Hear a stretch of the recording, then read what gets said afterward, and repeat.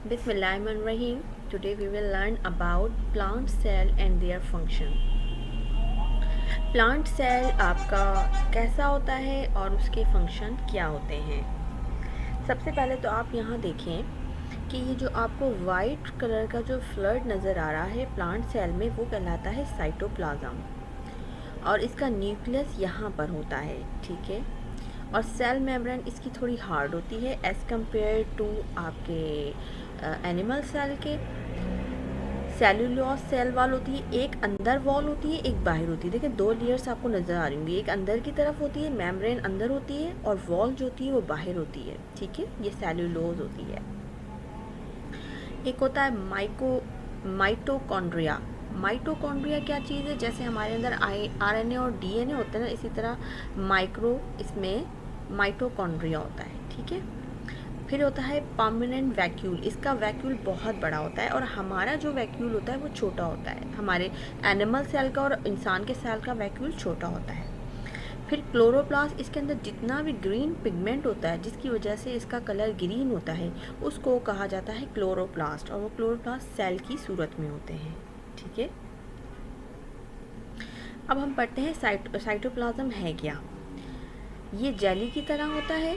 Within cytoplasm, most cellular activities such as metabolism pathway and glucose process such as cell division, ये आपके cell division जब होती है तो इसका बहुत ज़्यादा किरदार होता है, ठीक है।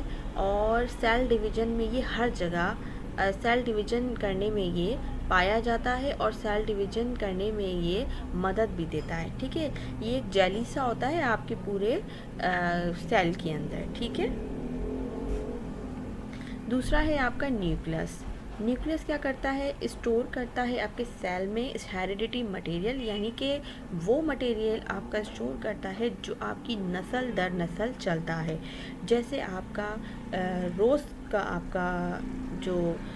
का जो प्लांट है, तो हर रोज़ का जो प्लांट होगा वो रोज़ के जैसा ही होगा। अगर हम उसमें से एक जड़ निकाल के कहीं और उगाना चाहें तो सेम उसमें लाल रंग के रोज़ ही उगेंगे। तो वो क्या है? उसका हेरिडिटी मटेरियल है, ठीक है। ये इसका हेरिडिटी मटेरियल होगा और इसमें डीएनए मौजूद होता है। Coordinate and cell activities which include intermediate metabolism, growth, protein synthesis and reproduction. और ये रिप्रोडक्शन वगैरह में इसका काम होता है, प्रोटीन बनाने में इसका काम होता है, ठीक है। मेन ये चीज़ क्या है इसके अंदर न्यूक्लियस, वो हेरिडिटी मटेरियल है आपका। इसके बाद सेल मेम्ब्रेन।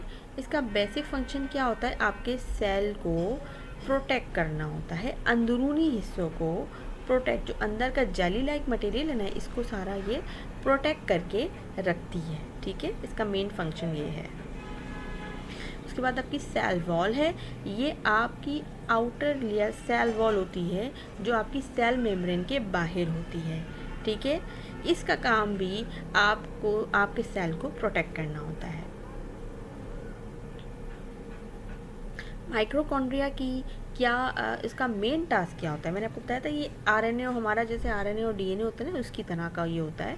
लेकिन इसका मेन काम क्या होता है? Mitochondria perform cellular respiration. ये सेलुलर रेस्पिरेशन का काम करता है और इसमें ये न्यूट्रिएंट को इकट्ठा करता है। ये आपका जो इसके अंदर न्यूट्रिएंट होता है उसका काम करता है, और ये सेल ब्रेक करता है और उसको एनर्जी में कन्वर्ट करता है। ये आपका माइटोकॉन्ड्रिया जब ब्रेक होता है ना, तो ये एनर्जी में कन्वर्ट हो जाता है।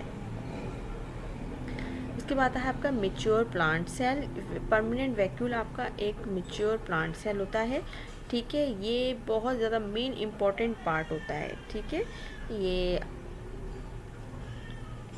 इसके बाद आपका आता है क्लोरोफिल। ये ग्रीन पिगमेंट होता है जो कि लाइट एनर्जी को एब्जॉर्ब करता है फोटोसिंथेसिस के अमल के दौरान, और आपको ग्रीन पिगमेंट प्रोवाइड करता है आपके प्लांट को। थैंक